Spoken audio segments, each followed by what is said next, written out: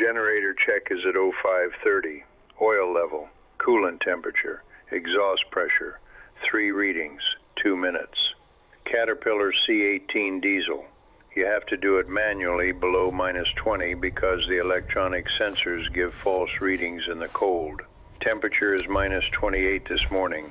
Wind chill -45.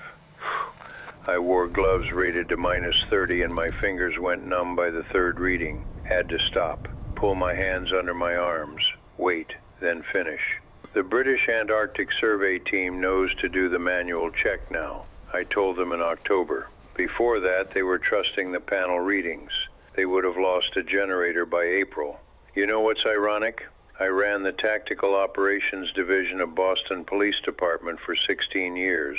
I accounted for everything in a crisis. Entry angles, ballistic trajectories, the weight of a door, the psychology of a man with a weapon in a stairwell. I planned for variables most people don't know exist.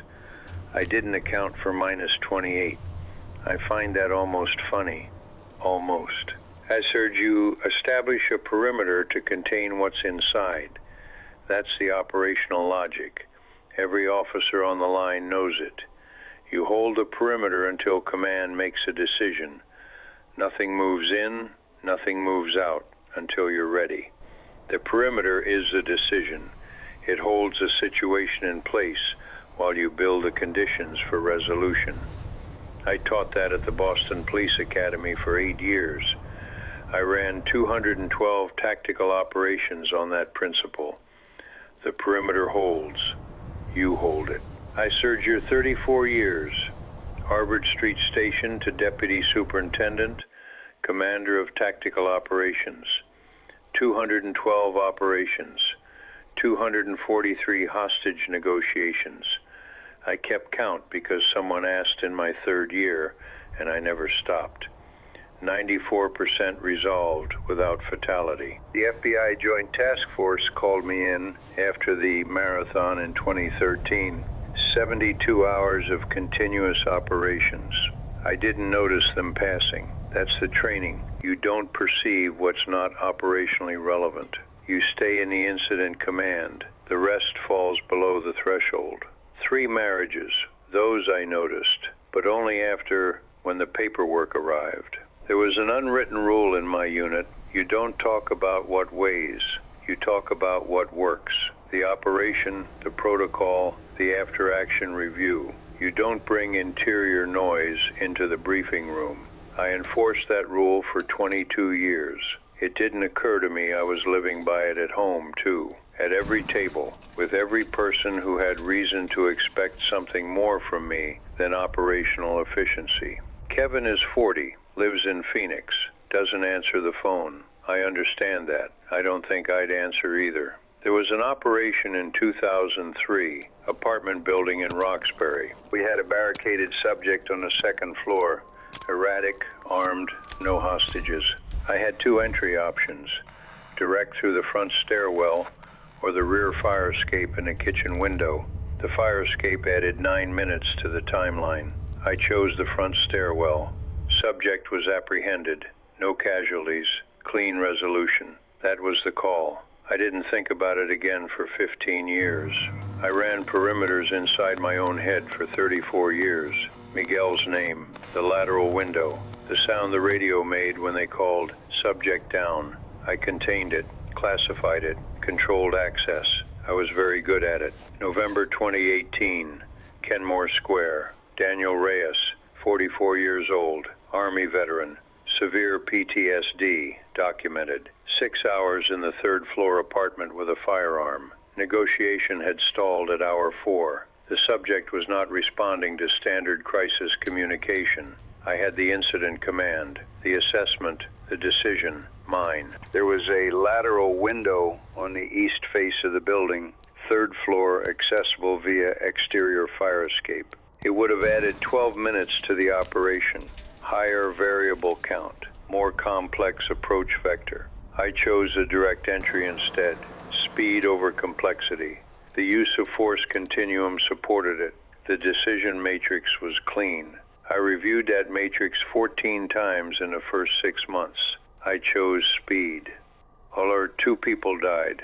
Daniel Reyes, he didn't lower the weapon. And Sergeant Miguel Torres, 31 years old, father of twin girls, 4 months old at the time of the incident. Miguel was the 3rd officer through the door. The 3rd officer through the door on a direct entry is always the highest exposure position. Miguel didn't have to be in that corridor. There was a lateral window. 12 more minutes. I chose speed. That was the call. Mueller, the inquiry board cleared me completely.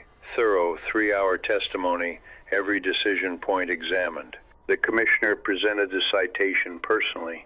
I put it on the desk, walked out the back entrance, never went back.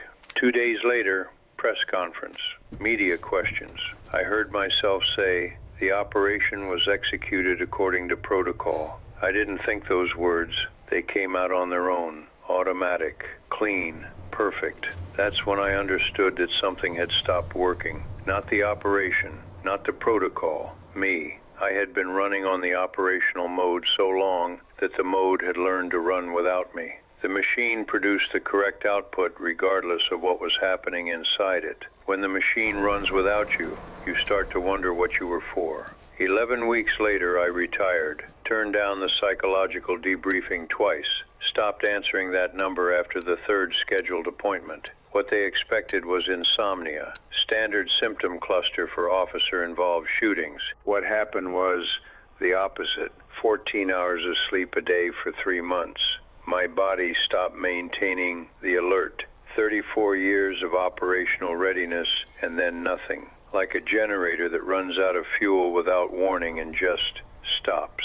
I've been here for 14 months now. The left sleeve of my BAS jacket has a Velcro rectangle on it, dark outline, slightly less faded than the surrounding fabric where it was protected. I put the BPD patch there in my first 3 weeks at Rothera, wore it every morning for the generator check. Then one day in March I pulled it off without planning to. I put it in the inside pocket of the jacket and I kept walking. I catch myself putting my hand to that rectangle sometimes, running my thumb along the Velcro edge without realizing I'm doing it. It happened twice this week. I notice it. I don't know what it means. I took it off in March. I haven't thrown it away. That's probably something. I came to Rothera through a contract with the British Antarctic Survey, security and logistics consultant. 6 months. When the contract ended, I asked to stay. 18 people here now in winter. Researchers, scientists, good people with their own reasons for choosing this particular cold. They don't ask about mine. I maintain the generators.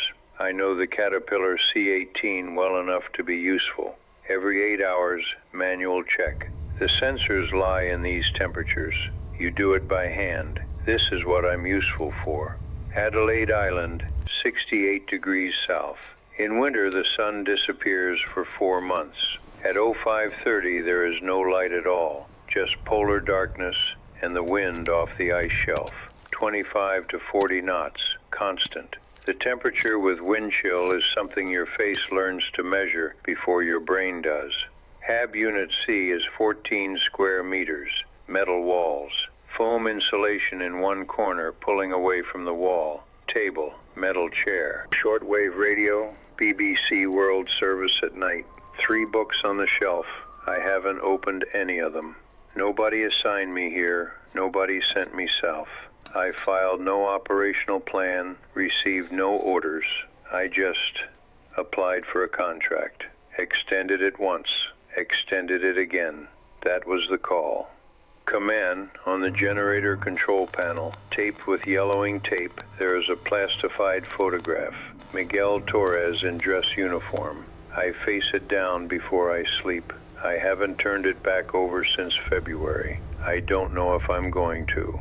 This morning I finished the 05:30 check, closed the generator housing, and signed the log. Then I stood outside the unit for 4 minutes. Just stood. The wind was running at 31 knots. I've learned to read the pitch of it, the way it changes register around the corners of the module. Dark, -28.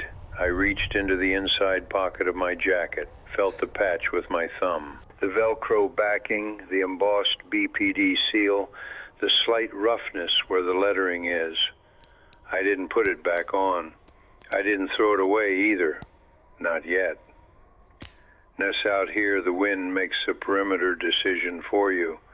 25 to 40 knots, constant. You don't decide where the boundary is. The wind decides. You learn to move inside it. You don't hold a line against something you can't see. Torres gets in anyway.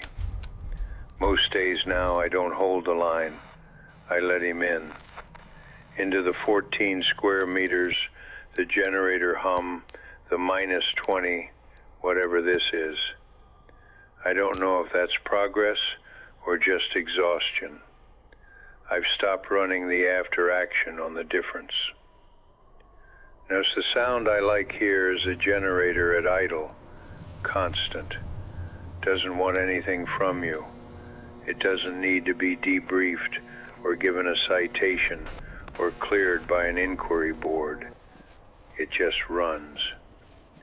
That's 6.5 hours of sleep a night now. Before Kenmore, I needed 4. I'm not sure what the extra 2.5 are for. 0530, oil, coolant, pressure, hands numb by the third reading. Miguel Torres would have been 53 in March. I still don't know what to do with that.